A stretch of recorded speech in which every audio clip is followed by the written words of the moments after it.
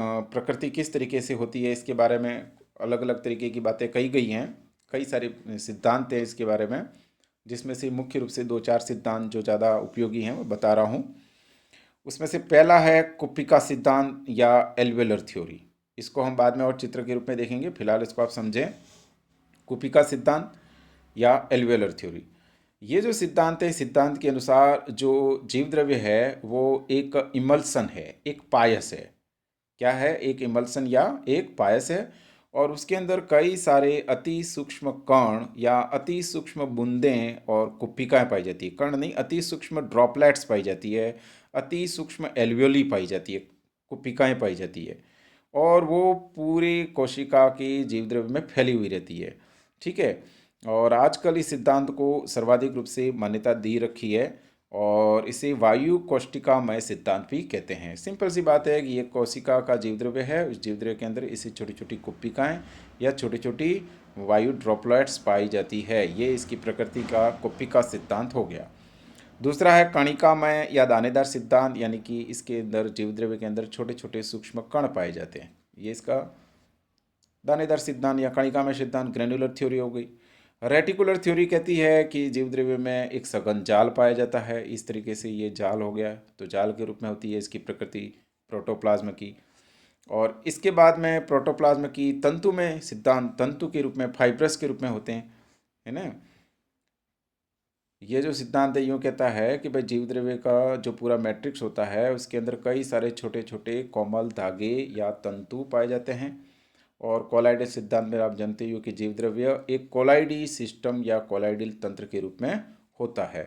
तो ये जीव द्रव्य की प्रकृति को दिखाने के सभी चित्र हो गए, जिसमें से फर्स्ट आपका एल्वेलर थ्योरी वाली बात थी। तो इसके अंदर हमने कहा कि भाई जीव द्रव्य के अंदर छोटे छोटे कुप्पिकाएँ, छोटे छोटे ड्रॉपलेट्स पाई जाती है, जैसे कि आप ये चित्र में देख रहे हो। कण वाला जो सिद्धांत है, कणिकी या ग्रैन्युलर थ्योरी है, इसके अंतर्गत जीव द्रव्य के अंदर कई सारे छोटे छोटे कण पाए जाते हैं। ये इसकी प्रकृति कणिकामय होती है। जीव द्रव्य की प्रकृति कैसी होती है? कणिकामय। रेटिकुलर थ्योरी यानी कि जालिकावत सिद्धांत में जीव द्रव्य जो होता है उसके अंदर कई सारे इस तरीके से जालिकाएं बनी हुई रहती हैं, है ना। और फाइब्रिलर थ्योरी के अंदर यानी तंतुमय सिद्धांत में जीव द्रव्य की पीठिका के अंदर कई सारे कोमल ऐसे फाइबर्स या धागे या सूत्र पाए जाते हैं, या फाइबर्स के रूप में जीव द्रव्य की प्रकृति होती है। Now the next point and very important point, the chemical composition of the protoplasm. जो जीव द्रव्य होता है उसका रासायनिक संगठन किस प्रकार का होता है, उसमें कौन कौन से केमिकल्स पाए जाते हैं और वो किस अनुपात में होते हैं, इसको देखते हैं। तो जीव द्रव्य के अंदर समस्त प्रकार के कार्बनिक और अकार्बनिक पदार्थ पाए जाते हैं। जो किसी जीव के अंदर हम जिन जिन कार्बनिक और अकार्बनिक पदार्थों की बात करते हैं वो सारे कार्बनिक और अकार्बनिक पदार्थ जीव द्रव्य में मिलते हैं। ओके। मेन बात यह है कि इनमें एलिमेंट्स का क्या कंपोनेंट रहता है। एलिमेंट्स जो होते हैं, तत्व, उनको देखें तो चाहे पदार्थ ऑर्गेनिक हो चाहे इनऑर्गेनिक हो, वो जिन परमाणुओं से या जिन एलिमेंट से बना हुआ होता है उनका क्या रेशियो, क्या परसेंटेज होता है, उसको देखना है। तो जीव द्रव्य में सर्वाधिक मात्रा में पाया जाने वाला तत्व है, सर्वाधिक मात्रा में पाया जाने वाला एलिमेंट है oxygen. It's a very important question. 62% protoplasm का जो एलिमेंट्स होता है वो है ऑक्सीजन। यानी जीव द्रव्य में पाया जाने वाला सबसे ज़्यादा मात्रा में पाया जाने वाला तत्व कौन सा है? ऑक्सीजन, 62%। कभी कभी परीक्षा में ये सारे एक साथ दे रखे होते हैं और उनको सही क्रम में जमाना होता है, तो कम से कम आपको 5 तक का सारा मतलब सही क्रम आना चाहिए। ये परीक्षा में खूब बार पूछा गया है। तो फर्स्ट हो गया ऑक्सीजन 62%। सेकंड नंबर पर कार्बन, ये 20% होता है। थर्ड होता है हाइड्रोजन 10%। फोर्थ है nitrogen 3%, and calcium 2.5%। Then last 6 phosphorus 1.14%। और ये 6 तत्व मिलकर के जीव द्रव्य के 99% भाग को बनाते हैं। ठीक है। जीव द्रव्य की केमिकल कंपोजिशन में अगर हम एलिमेंट्स को देखें तो उसमें सबसे ज़्यादा मात्रा में पाया जाने वाला एलिमेंट्स कौन सा हो गया? ऑक्सीजन। कितना प्रतिशत है? 62%। सेकंड नंबर पर होता है कार्बन 20%। थर्ड नंबर पर हाइड्रोजन 10%, नाइट्रोजन 3%, कैल्शियम 2.5 और फॉस्फोरस 1.14%। और ये 6 तत्व मिलकर के जीव द्रव्य के 99% भाग का निर्माण करते हैं। बाकी जीव द्रव्य का जो 1% भाग रहता है, उस 1% भाग के अंदर कई सारे छोटे छोटे मात्रा में एलिमेंट्स पाए जाते हैं, ट्रेस एलिमेंट्स पाए जाते हैं। ठीक है, जैसे chlorine, sulphur, sodium, potassium, magnesium, iron, इसके अलावा भी है ना निकिल, जिंक, कोबाल्ट और भी ये भी सारे एलिमेंट्स उसमें होते हैं। ठीक है, तो ये जीव द्रव्य का केमिकल कंपोजिशन के अंदर कौन कौन से एलिमेंट्स किस परसेंटेज के रूप में होते हैं उसकी बात हो गई। अब हम देखते हैं इनऑर्गेनिक कंपोनेंट ऑफ प्रोटोप्लाज्म। जीव द्रव्य के अंदर अकार्बनिक पदार्थ, अकार्बनिक संगठन क्या क्या होता है। तो हम जानते हैं जीव द्रव्य में सर्वाधिक मात्रा में पाया जाने वाला पदार्थ है वाटर, जल। और जल जो होता है वो एक अकार्बनिक पदार्थ है, H2O। ठीक है, तो अकार्बनिक संगठन में सबसे मोस्ट हो गया आपका जल, वाटर। और जल जो होता है वो कोशिका के जीव द्रव्य में दो रूपों में होता है, दोनों रूपों में होता है, मतलब स्वतंत्र रूप में भी हो सकता है वो, और संयुक्त रूप में भी हो सकता है। संयुक्त का मतलब किसी अन्य पदार्थों के साथ जुड़े हुए रूप में भी हो सकता है। ठीक है, लेकिन ज़्यादातर मात्रा जो जल की होती है कोशिका के प्रोटोप्लाज्म में वो फ्री रूप में होती है। 75 से लेकर 95% जो वाटर होता है वो फ्री स्टेज में होता है। ओके, और हम जानते हैं कि जीव द्रव्य का सबसे ज़्यादा मात्रा में पाया जाने वाला ये फ्लूइड है, और ये मेन फ्लूइड है जीव द्रव्य का। ठीक है, जितना भी बायोकेमिकल प्रोसेस हो रहा है उसका जो मेन माध्यम है, मेन आधार है, वो ये जल ही है। ठीक है, तो ऐसे जल की कुछ विशेषताएं हैं, तो क्या क्या बातें हैं वो देखते हैं हम। सबसे फर्स्ट तो जल जो है एक वो यूनिवर्सल सॉल्वेंट है, एक सार्वत्रिक विलायक है। इसके अंदर जो भी पदार्थ होगा जीव द्रव्य में, उसको कार्य करने के लिए अगर घुलना हो तो जल उसको घोलता है। ठीक है, उसको मतलब विलायक के रूप में काम आता है। दूसरा, जीव द्रव्य के अंदर विभिन्न प्रकार के पदार्थ और विभिन्न प्रकार के कण अणुओं की जो गति हो रही है, उन गति को प्रदान करने के लिए जिस माध्यम की आवश्यकता होती है वो माध्यम जल प्रदान करता है। इसके बाद में वाटर जो होता है वो प्रोटोप्लाज्म का यानी कि कोशिका का टेम्परेचर रेगुलेशन करता है। टेम्परेचर रेगुलेशन मतलब ताप को नियंत्रित करता है। और अगर वातावरण में कोई भी तापमान से संबंधित ऊंचा नीची परिवर्तन हो रहे हैं, जैसे ठंड गर्मी कुछ बढ़ रही है, तो उस बदले हुए तापमान के अकॉर्डिंग वाटर जो होता है वो कोशिका के टेम्परेचर को रेगुलेट करने की सामर्थ्य रखता है। नाउ वाटर जो होता है वो हाइड्रोजन और हाइड्रोक्सिल आयन से मिलकर के बना हुआ होता है। तो ये फिर जल जो होता है वो टूट करके हाइड्रोजन और हाइड्रोक्सिल आयन को बनाएगा, और इस प्रकार से पीएच को मेंटेन रखता है, लगभग उदासीन बनाए रखता है प्रोटोप्लाज्म के पीएच को। ठीक है, आवश्यकता के हिसाब से मेंटेन रखता है। और इसके बाद में जल जो होता है वो कोशिका के अंदर विभिन्न प्रकार के जो उत्सर्जी पदार्थ हैं जिनको सेल से बाहर फिर बॉडी से बाहर रिलीज करना होता है, ऐसे जो एक्सक्रीटरी मटेरियल होते हैं उनको भी सेल से बाहर और बॉडी से बाहर निकालने में वाटर अपनी मुख्य भूमिका निभाता है। ठीक है, नाउ द नेक्स्ट पॉइंट। तो ये हम पढ़ रहे हैं इनऑर्गेनिक कंपोनेंट ऑफ प्रोटोप्लाज्म, जिसमें से पहला जो मेन इनऑर्गेनिक कंपोनेंट था वाटर, इसको हमने डिस्कस कर लिया। अब हमारा नेक्स्ट इनऑर्गेनिक कंपोनेंट है इनऑर्गेनिक साल्ट, अकार्बनिक लवण। अकार्बनिक लवण का मतलब होता है कि ये आयनों के रूप में होते हैं। अकार्बनिक लवण जो होते हैं वो प्रोटोप्लाज्म में आयनों के रूप में रहते हैं। दूसरी बात, ये अति सूक्ष्म मात्रा में होते हैं। और तीसरी बात, ये बहुत ही इम्पोर्टेंट होते हैं, कई मामलों में तो अनिवार्य होते हैं, बहुत कंपलसरी होते हैं। मतलब बहुत ट्रांस मात्रा में होने के बावजूद भी इनकी कमी से किसी न किसी प्रकार की विकृति या विकार उत्पन्न हो सकता है। ठीक है, अगर इनके फंक्शन देखें तो इनके बहुत सारे फंक्शन है, लेकिन मेन अगर इनके फंक्शन देखें तो इनऑर्गेनिक कंपोनेंट का, इनऑर्गेनिक साल्ट्स का पहला फंक्शन होता है प्रोटोप्लाज्म के रिलेशन में कि ये ऑस्मेटिक प्रेशर को कंट्रोल करता है। जो जीव द्रव्य का परासरणी दाब है उसको नियंत्रित करने का काम करता है, उसको रेगुलेट रखने का काम करता है। इसके बाद में ये एज ए बफर, कई आयन ऐसे होते हैं वो बफर के रूप में रोल प्ले करते हैं और पीएच को कंट्रोल करते हैं। कई आयन जो होते हैं वो उपापचयी प्रक्रिया के अंदर प्रयुक्त होने वाले विभिन्न प्रकार के एंजाइमों कि कोफैक्टर के रूप में काम करते हैं। कोफैक्टर के रूप में जैसे कि जिंक है, आयरन है, कॉपर है, मैग्नीशियम, ऐसे कई सारे आयन जो होते हैं वो विभिन्न प्रकार के एंजाइमों के सहकारक यानी कोफैक्टर के रूप में काम करते हैं।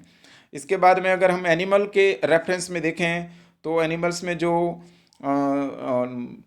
नर्व का जो इम्पल्स हो रहा है, कहने का मतलब कंडक्शन, इम्पल्स कंडक्शन होता है, तंत्रिकी आवेगों का संचरण होता है, वो तंत्रिकी आवेगों का संचरण भी आयरन मतलब आयंस के द्वारा होता है।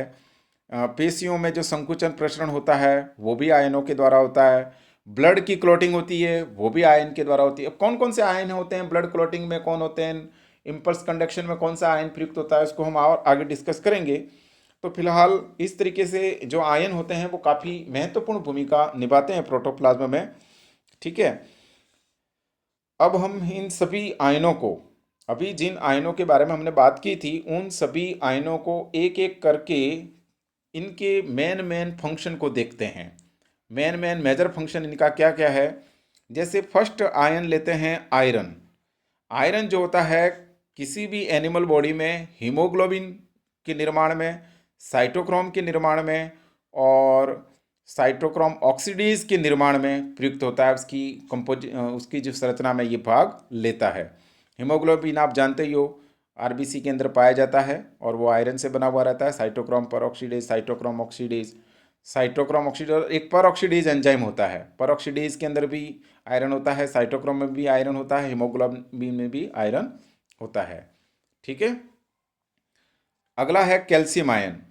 कैल्शियम आयन अगर हम एनिमल के रेफरेंस में देखें तो अस्थियों यानी कि बोन्स के निर्माण में, इसके बाद दांतों के निर्माण में, टीथ जो होते हैं उसके निर्माण में कैल्शियम आवश्यक होता है। इसके बाद में कैल्शियम बॉडी में पेशियों के संकुचन में, मसल्स के कंस्ट्रक्शन रिलैक्सेशन में बहुत ज़रूरी होता है। इसके बाद में इम्पल्स कंडक्शन में, नर्व इम्पल्स जो होती है उसके कंडक्शन में भी कैल्शियम आयन की भूमिका होती है।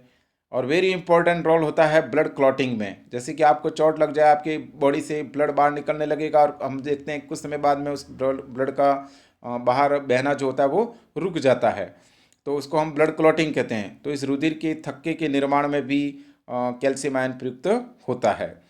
कोबाल्ट, कोबाल्ट आयन जो होता है वो विटामिन बी ट्वेल्व का मेन कंपोनेंट होता है। विटामिन बी ट्वेल्व जो होता है वो मुख्य रूप से एनिमल फूड में हमें मिलता है और ये आरबीसी के निर्माण में भी प्रयुक्त होता है। इसके बाद डीएनए रिपेयरिंग में भी काम आता है। इस विटामिन बी ट्वेल्व के कई सारे फंक्शन हैं। फिलहाल कोबाल्ट जो होता है वो विटामिन बी ट्वेल्व की संरचना में भाग लेता है। इसके बाद में मैग्नीशियम आयन एटीपेज एंजाइम को एक्टिवेट करने में, और इसके अलावा कई सारे एंजाइम ऐसे होते हैं जिसके अंदर ये सहकारक के रूप में काम आता है। इसके बाद आपकी जो बोन होती है, हड्डियाँ, उसके मैट्रिक्स की कंपोनेंट के रूप में मैग्नीशियम आयन प्रयुक्त होता है। नेक्स्ट आयन है क्लोराइड। क्लोराइड आयन जो होता है वो मेन इलेक्ट्रोलाइट से बॉडी का, ये बॉडी के ऑस्मेटिक प्रेशर को यानी प्रासरणीय दाब को संतुलित बैलेंस बनाए रखने का काम करता है। क्लोराइड शिफ्ट भी आपने रेस्पिरेटरी सिस्टम में पढ़ा होगा, उसमें भी इसकी भूमिका होती है। सोडियम आयन, तो जो सेल होती है, सेल के बाहर जो फ्लूइड पाया जाता है, एक सेल के अंदर फ्लूइड होता है, एक सेल के बाहर फ्लूइड होता है। तो जो सेल के बाहर फ्लूइड होगा, द्रव होगा, जिसे एक्स्ट्रा सेलुलर फ्लूइड कहते हैं, उस एक्स्ट्रा सेलुलर फ्लूइड में पाए जाने वाला प्रमुख धनायन सोडियम होता है। ठीक है, और इंट्रा सेलुलर फ्लूइड में पाया जाने वाला प्रमुख धनायन पोटेशियम होता है। ठीक है, फिलहाल सोडियम कोशिका बाह्य तरल का प्रमुख धनायन होता है। सोडियम जो होता है वो तंत्रिकीय क्रियाओं के लिए इम्पल्स कंडक्शन में आवश्यक है। मसल्स कंस्ट्रक्शन में, मसल्स की संकुचन में आवश्यक होता है। ठीक है, ब्लड प्रेशर को कंट्रोल करने में भी सोडियम की प्रमुख भूमिका होती है। ठीक, इसके बाद में नेक्स्ट आयन होता है पोटेशियम। पोटेशियम एटीपीज के एक्टिवेट के रूप में होता है। इसके बाद में जो इंट्रासेलुलर फ्लूइड होता है, उस इंट्रासेलुलर फ्लूइड का प्रमुख धनायन कैटायन यही होता है। इसके बाद तंत्रिकाओं के आवेगों के संचरण में, पेशियों के कार्य में भी पोटेशियम की प्रमुख भूमिका होती है। इसके बाद नेक्स्ट आयन है फॉस्फोरस। फॉस्फोरस जो होता है वो कई सारे लिपिड जो होते हैं उसके अंदर फॉस्फोरस होता है, इसको फॉस्फोलिपिड्स बोलते हैं।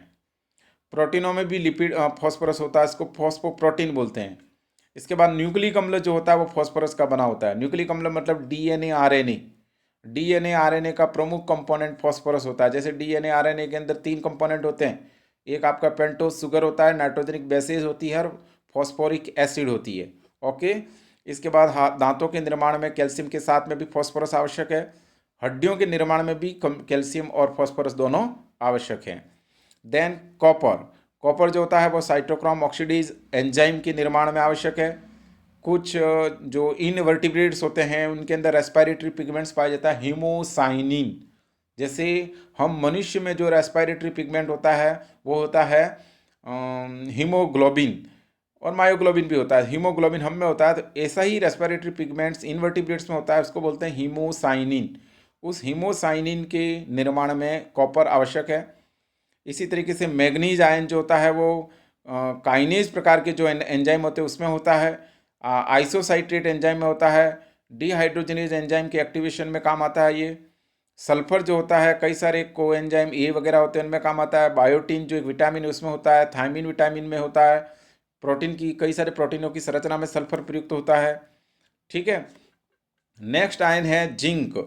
जिंक ये बहुत इंपॉर्टेंट है, परीक्षा में पूछा जा चुका है। कार्बोनिक एनहाइड्रेज ये आरबीसी में पाया जाने वाला एक एंजाइम है, carbonic anhydrase and carboxy peptidase. ठीक है, इन दोनों एंजाइमों में ये जिंक होता है। कार्बोनिक एनहाइड्रेज मेन इसका है, याद रखना है आपको। जिंक में कौन सा मतलब कार्बोनिक एनहाइड्रेज में कौन सा आयन होता है, जिंक। इसके बाद आयोडीन। आयोडीन भी कई सारे एंजाइमों का कोफैक्टर है। और थायरोक्सिन जो हार्मोन होता है, थायरोक्सिन हार्मोन जो कि थायराइड ग्लैंड से निकलता है, गले में स्थित होती है, उस थायरोक्सिन हार्मोन का मेन कंपोनेंट होता है आयोडीन। इसीलिए आयोडीन युक्त नमक खिलाया जाता है, क्योंकि ये थायरोक्सिन हार्मोन मानव के शारीरिक यानी फिजिकल और मेंटली दोनों हेल्थ के लिए आवश्यक है। ठीक। इसके बाद नेक्स्ट तीसरा इनऑर्गेनिक कंपोनेंट है गैसेज। गैसेज जो होती है जीव द्रव्य के अंदर कई सारे प्रकार की गैसें होती है, और वही गैसें होगी वायुमंडलीय यानी कि oxygen, nitrogen, carbon dioxide, ammonia, जिसमें ये मेन होती है ऑक्सीजन, कार्बन डाइऑक्साइड और अमोनिया। चलिए साहब, तो इस तरीके से आपके जीव द्रव्य के इनऑर्गेनिक कंपोनेंट की बात कंप्लीट होती है। नेक्स्ट पॉइंट है जीव द्रव्य का ऑर्गेनिक कंपोनेंट। तो जीव द्रव्य के अंदर कार्बन, हाइड्रोजन और ऑक्सीजन, नाइट्रोजन, सल्फर, इन सब के संयोजन से कई सारे कार्बनिक पदार्थ पाए जाते हैं। ये कार्बनिक पदार्थ जो होते हैं वो बड़े बड़े अणु होते हैं। एक्चुअल में ये पॉलीमर होते हैं, बहुलक के रूप में होते हैं, जो छोटे या मोनोमर की जो इकाइयाँ होती है, इन इकाइयों के आपस में जुड़ने से बनते हैं। ठीक है। और ये जो कार्बनिक पदार्थ जीव द्रव्य में पाए जाते हैं वो हैं कार्बोहाइड्रेट, प्रोटीन, लिपिड्स यानी fats, nucleic acid, hormone, enzyme, ये सारे पदार्थ जीव द्रव्य के अंदर पाए जाते हैं जो कि कार्बनिक होते हैं। कौन कौन से? Carbohydrate, protein, lipids, nucleic acid, hormones and enzyme. अब इन सब का कार्बोहाइड्रेट्स क्या होती है, उन सब का अपना एक अलग डिटेल होता है जो कि अभी हमारे इस चैप्टर में नहीं है, इसलिए इसको हम आगे डिस्क्राइब नहीं करेंगे। तो इस तरीके से आपका जीव द्रव्य का जो टॉपिक है उसका फिजिकल कंपोजिशन किस तरीके का होता है, उसकी फिजिकल प्रॉपर्टीज़ क्या होती है, केमिकल कंपोजिशन क्या है, इन सारी बातों को हमने डिटेल में देख लिया। That's all, thank you.